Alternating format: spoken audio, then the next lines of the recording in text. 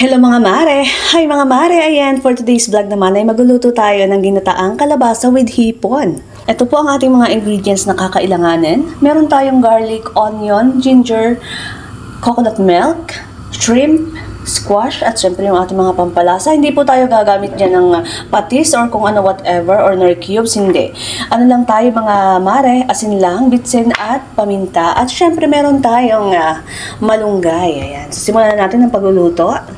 So, binuksan ko na nga ho, low heat lang po ito kasi magsusut muna tayo ng garlic, onion, and ginger. Ayan, unahin muna natin yung luya. So, maglagay na tayo ng mantika. So, kunti lang yung ating ilalagay na mantika, guys. Tapos, ikakalat lang natin siyang ganito. And painitin lang natin. So, ayan guys, unahin muna natin yung ginger. Ayan. Susut lang natin siya ng bahagya, and then i-add lang natin maya-maya yung ating garlic. Ang purpose po ng ating ginger ay pampatanggal po ng lansa at pampabango. Ayan. Bukod sa pangtanggal lansa ay pampabango po ang ating ginger. At isut na rin natin yung garlic natin. Papulahin lang natin to ng bahagya.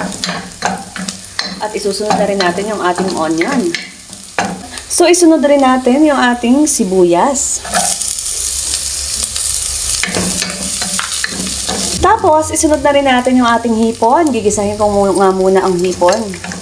Papupulahin lang muna natin to. Tapos, isisit aside lang. Mas masarap kasi pagka ginisa muna natin yung hipon. Tapos, habang ginigisa natin, lagyan na rin natin ng asin at paminta para magkalasa. Saka na natin lalagdagan ng asin mamaya pag sa final taste natin.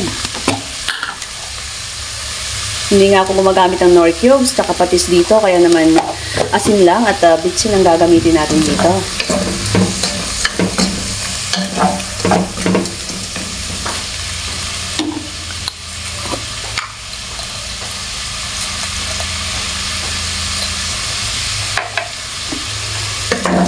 Ayun, haluin lang natin, tapos tatakpan lang natin hanggang pumula. Saka natin ihahangluin.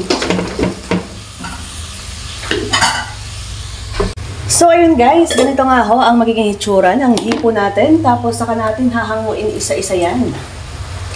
So, pwede namang madamihan na, ganito ho. Ayan. Ilagay muna natin sa bowl. Ito po talaga ay nagtutubig mga mare. Ayan. So, pagkatapos nito, sisit aside lang natin yung hipo natin. Tapos, isusunod natin yung kalabasa. Gigisa rin natin yung kalabasa para masarap din ho ang kalabasa ng ating ginataang kalabasa with hipon. At ito na nga guys, ang ating isusunod naman ay yung ating kalabasa. Gigisahin din natin ang kalabasa. Saka natin lalagyan ng ating gata. Halo-haluin lang muna natin guys.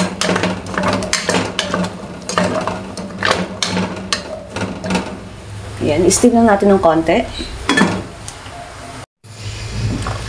So, ayan guys, na-steam na natin ng konti ang ating kalabasa. So, lalagay na naman natin ngayon yung ating gata. Ito yung ating kakang gata. Ayan. Ito po ay pure gata. Ayan. So, lalagyan natin ng konting tubig to. Luluglugan natin. So, ayan. Talaga hong malasa ho ang ginataang kalabasa nyo na may hipon pagka marami hong gata kayong nilagay. Lalo't purong gata, ayan. So, luluglugan lang natin itong pinag-alisan ng gata natin. And then, papakuluan lang natin itong mga mare. Papalambutin natin yung ating kalabasa. Tatakpan muna natin. So, dagdagan natin ng paminta. Tapos, lagyan na rin natin ng asin para matunaw na yung asin sa kanya. Ayan.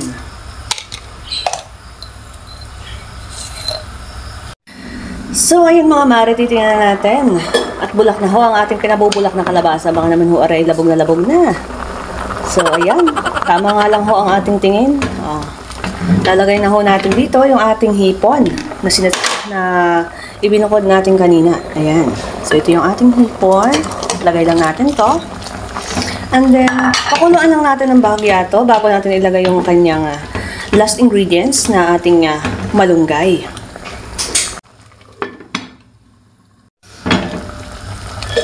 So, ayan. Ilalagay na rin natin yung ating malunggay. Ayan.